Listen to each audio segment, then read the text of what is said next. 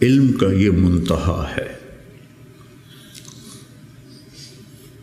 اس کو اگر ہم اپنے آپ ذات کو بیچ میں سے نکال دیں گے تو ہم گرنا شروع ہو جائیں گے۔ تجھے کیوں فکر ہے اے گل دلے صد چاک بلبل، تو اپنے پیرہن کے چاکتو پہلے رفو کر لے۔ عائشہ رضی اللہ عنہ موت کی سکرات میں تھی، تو عبداللہ ابن عباس رضی اللہ عنہ نے آنے کی اجازت چاہی، تو جنگ جمل کے بعد سے بول چال بند تھی، کیونکہ عبداللہ ابن عباس حضرت علی کی طرف سے لڑے تھے باقاعدہ۔ تو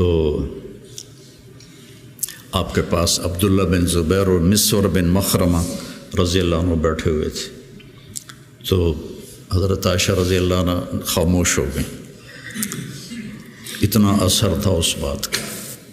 تو ان کا حبر الامہ ہے اور ابن عم الرسول ہیں، اجازت دے دیں۔ تو حضرت عائشہ روئے جا رہی تھی اور ان کی بڑی چادر آنسوں سے بھیگ چکی تھی، ساری چادر۔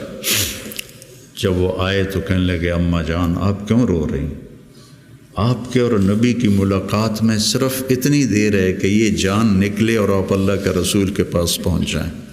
کہنے لگے عبداللہ مجھے دھوکہ نہ دے، کاش میری ماں نے مجھے جنا ہی نہ ہوتا، مجھے بہلاوا نہ دے، مجھے دھوکہ نہ دے۔ اور اللہ کے نبی نے کہا تھا یا عائشہ انہو لیہون علی الموت ان اریتکی زوجتی فی الجنہ، عائشہ مجھے مرنا آسان ہو گیا ہے کہ مجھے پتہ چلا ہے تو جنت میں میری بیوی ہے۔ اور وہ رو رہی تھی۔ تو میرے عزیزو اپنی ذات کو نہ بھولو،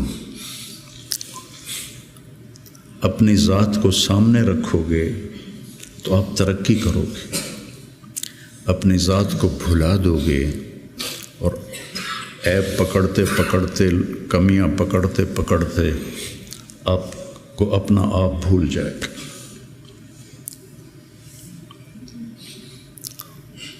حضرت عمرو بن عاص رضی اللہ تعالیٰ عنہ موت کی کشمکش میں تھے، تو دیوار کی طرف منہ کر کے دھاڑو دھاڑ رو رہے تھے۔ تو ان کے بیٹے نے کہا اما بشرک رسول اللہ بکذا، اما بشرک رسول اللہ بکذا، اللہ کے رسول نے آپ کو یہ بشارت دی، یہ بشارت دی۔ تو آنسو خشک کیے اور لوگوں کی طرف متوجہ ہوئے کہ انی قد کنت علی اطباق ثلاث، میرے اوپر 3 دور گزرے ہیں۔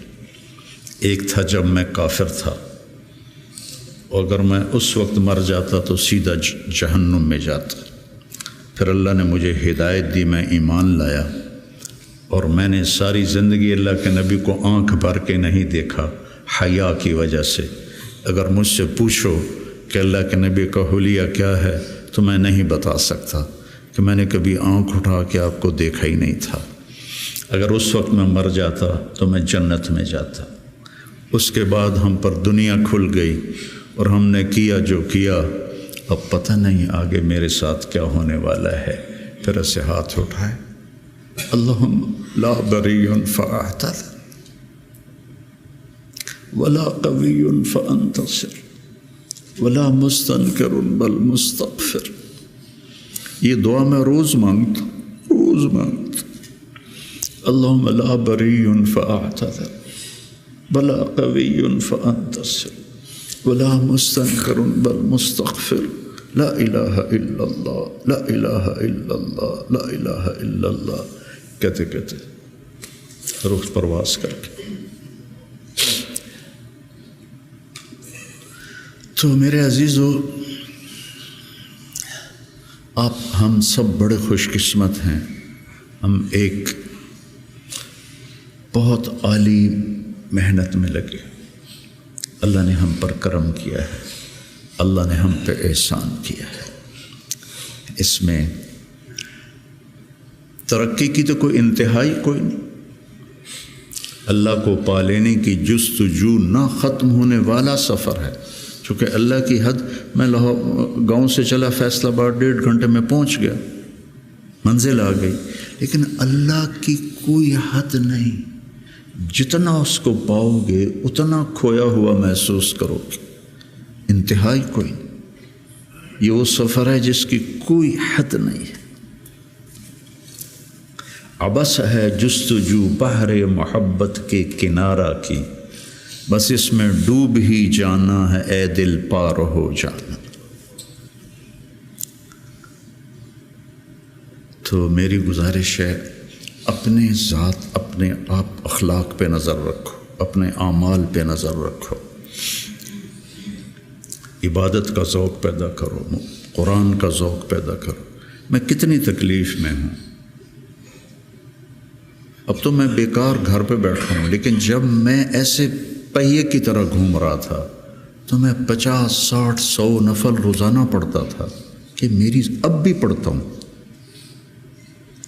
آج وہاں سے چل کے یہاں میرے 50 نفل نہیں قضا ہوئے، کہ یہ میری ضرورت ہے کہ وسجد واقترب، نماز اللہ کے قریب کرتی ہے، وسجد واقترب، نماز پڑھ اور اللہ کے قریب ہو جائے۔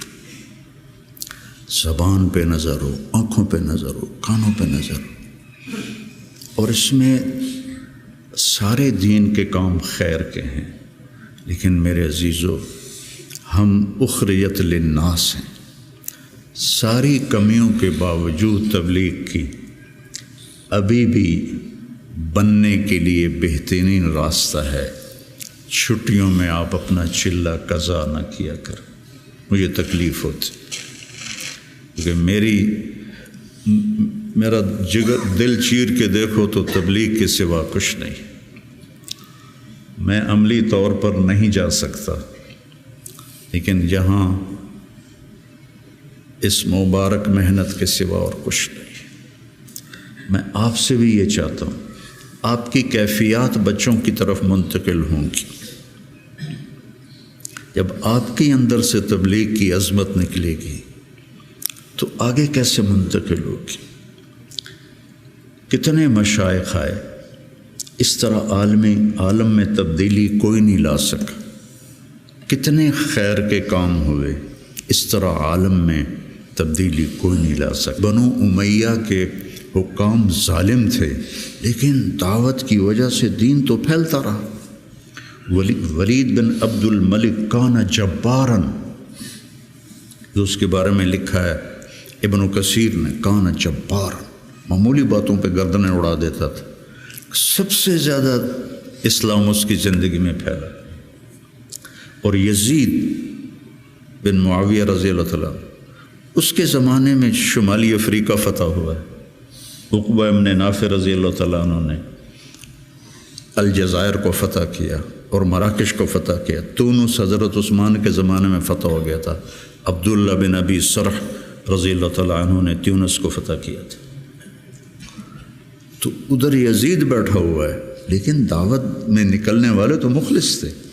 تو میں تھا مسجد میں، تو میرے پاس 2 جماعتیں آئیں، پٹھانوں کی، پیدل چل رہی سال کی، کہ جی 6 تاریخ کو ہمارا جوڑ ہے، آپ تشریف لائیں۔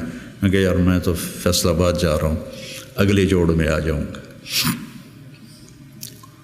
کوئی تحریک، کوئی پیر، کوئی بزرگ اپنے مریدوں کو یہاں تک نہیں لا سکا کہ سال کے لیے پیدل چلے جائیں۔ تو آپ میری اولاد ہو، میرا سرمایہ ہو۔ میں عمر کے آخری حصے میں ہوں، آپ لوگ ابتدائی حصے میں ہیں، تو اس مبارک محنت کو اپنی ترجیحات میں رکھو، ترجیحات میں رکھو۔ میں نے کبھی چلہ نہیں قضا کیا تھا، ایک آدھ چلہ میرا بیماری کی وجہ سے قضا ہوا، اور اب 4-5 چلے سر درد اور کچھ اور عوارض لاحق ہو گئے، ورنہ میں جو بھی ہوتا تھا میں چلہ نہیں چھوڑتا تھا، کہ میری ضرورت مجھے کرنا ہے۔ عام انسانوں کی طرح زندگی گزارو اور اپنے اللہ کو اپنے سامنے رکھ کے چلو، تو انشاءاللہ اللہ آپ کو ترقی دے گا، اللہ آپ کو بلندیاں دے گا۔ ہماری تو شام ہونے والی ہے، آپ لوگوں کی سویر ہے، ہمارے لیے عزت کا جاریہ بنو، ہماری قبروں کی ٹھنڈک کا ذریعہ بنو۔ اور میں مدارس ایک خاص مقصد کے تحت میں نے مدارس بنائے، نہ کوئی کمی ہے مدارس کی، علماء کی کوئی کمی ہے؟ ایک اخلاق والی نسل تیار، ایک قرآن سے شغف والی نسل تیار، عربیت ان کا خاصہ ہو، قرآن ہو، سیرت ہو، عربیت ہو، اور اچھے اخلاق ہو، اور تبلیغ کا جذبہ ہو، دنیا میں پھرنے کا جذبہ ہو۔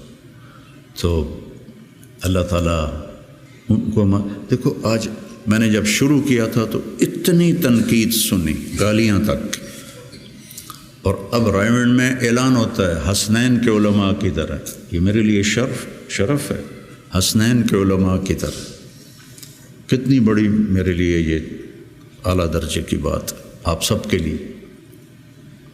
تو اس لیے بچوں اپنے آپ کو دیکھتے ہوئے چلو، چھٹیوں کا چلہ قضا نہ کرو۔